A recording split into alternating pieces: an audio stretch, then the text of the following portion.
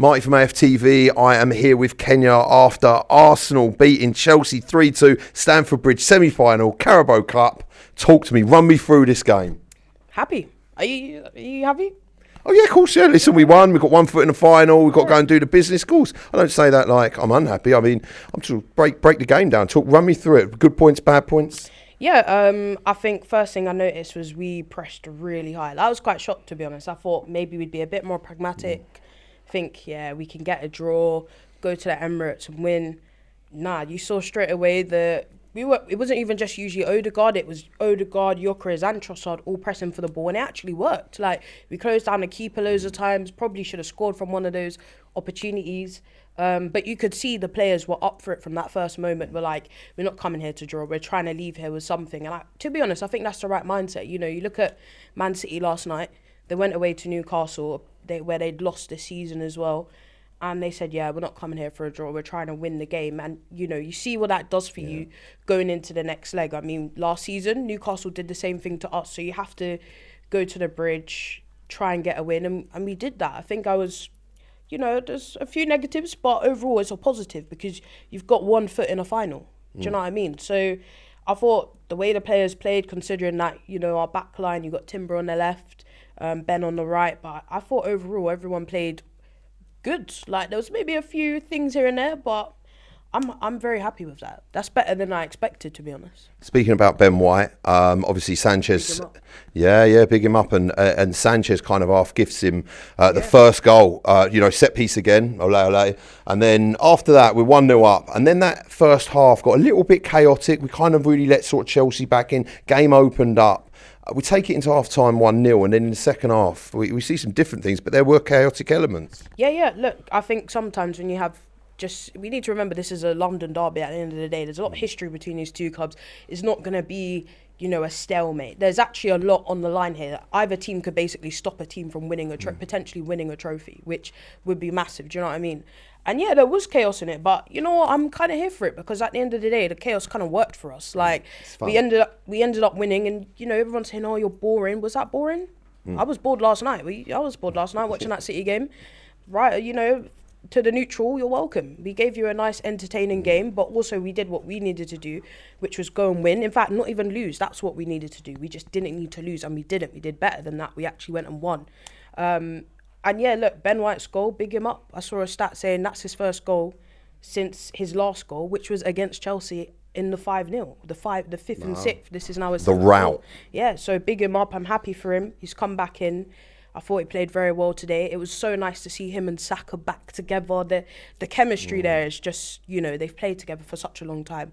You just saw the chemistry Saka trusts. Not to say that Saka doesn't trust Timber, but the chemistry that Saka and Ben have, you see it. It's so attacking. It's so fluid. Happy for him. And, you know, just overall, I'm really happy. There was maybe a few changes in there that I was like, oh, not sure I would really bring that player on, or that was my decision.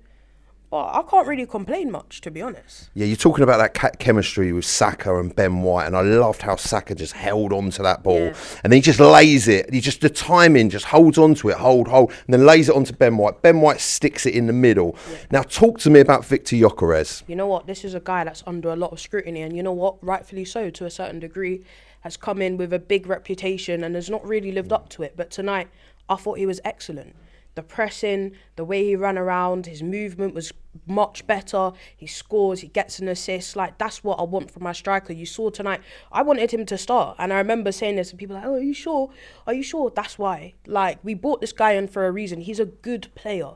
He's just not been to the levels. And he needs to build on this now and say, actually, yeah, I know Havertz is back and I know Jesus is back, but I came here for a reason and I came here to start. I've got number 14 shirt on for a reason. I didn't come here to hold the bench. I didn't come here to not be the guy. Do you know what I mean? And I'm very happy with him tonight, and I feel happy for him because the amount of hate that he gets, I think, is unnecessary. And I even say to Arsenal fans, I remember after Liverpool game, some fans saying that, oh, I'm done with him, blah, blah. You gave Havertz time, you gave Jesus time, you gave Marino time. Give this guy some time, give him your support, because this is what support can mean. Like, after the game, he says, look, yeah, I just want to keep doing this. I want to do more. And that's what I want to hear from my striker. So overall, I'm very happy for him. Like, on a personal level, he just needed that. Do you know what I mean? So goalkeepers, like, it's like Sanchez is obviously Chelsea's first choice goalkeeper, but it's like he's Chelsea's second choice goalkeeper. For me, that performance is what I'd expect from my backup goalkeeper. And then obviously kind of a performance that Kepa put in. A game with two goalkeepers, essentially. Talk to me about them. Sanchez, look, I said to shout out Matisse. I think Sanchez this season's actually had a very good season. He's improved a lot. But I said to Matisse, if you want to be a serious team that goes on to win the league or stuff like that, that is not your starting goalkeeper. And you saw tonight, literally just completely misses the ball in a routine save. Like, are you a goalkeeper? Yeah, I am. Yeah, that's a routine goalkeeper save. Do you know what I mean? Like, we've played football. Any goalkeeper He gifted us 2 goals. Literally gifted us that goal. And look, I remember arguing with my dad about Kepa. Now, I'm not going to like dig Kepa out or anything like that. I thought overall his performance was decent.